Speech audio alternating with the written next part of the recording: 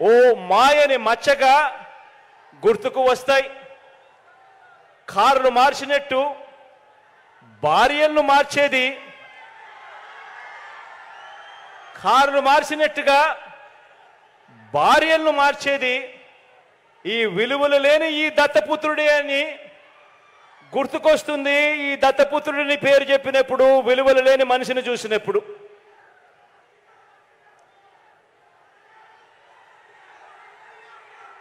వీరిద్దరూ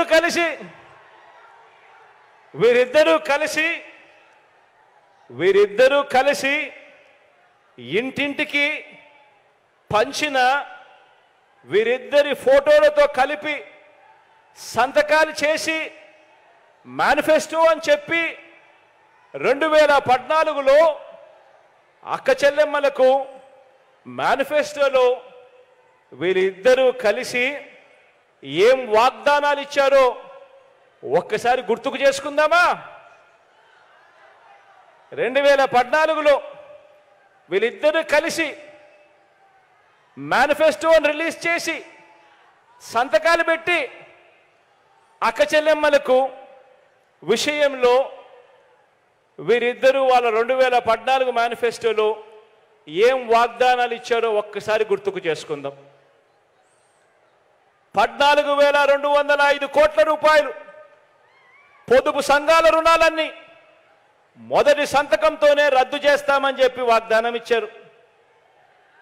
మొదటి సంతకంతోనే పొదుపు సంఘాల రుణాలు 14,205 కోట్ల రూపాయలు మొదటి సంతకంతోనే మాఫీ చేస్తామని, రద్దు చేస్తామని వాగ్దానం చేశారు.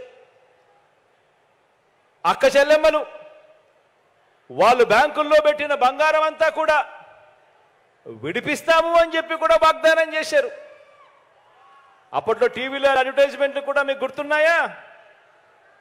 ఒక అక్క చెల్లెమ్మను చూపించేవారు టీవీలలో. ఒక చెయ్యి వస్తుంది, ఆ తాలిబొట్టును అక్క చెల్లెమ్మ మెడలో ఉన్న తాలిబొట్టును లాగేస్తూ ఉంటుంది. వెంటనే ఇంకొక చెయ్యి వస్తుంది, ఆ చెయ్యిని పట్టుకుంటుంది. పట్టుకొని బాబు వస్తున్నాడు, బ్యాంకుల్లో పెట్టిన బంగారం విడిపిస్తాడు అని చెప్పి అడ్వర్టైజ్మెంట్లు. ప్రతి ఇంటికి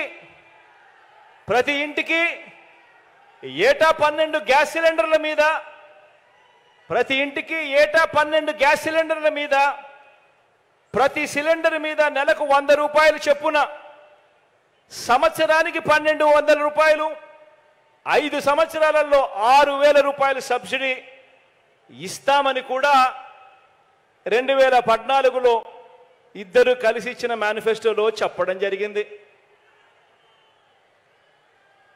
మహిళల రక్షణ కోసం ఉమెన్ ప్రొటెక్షన్ ఫోర్స్ ఏర్పాటు చేస్తామని కూడా వీళ్ళిద్దరూ కలిసి వాగ్దానం చేశారు.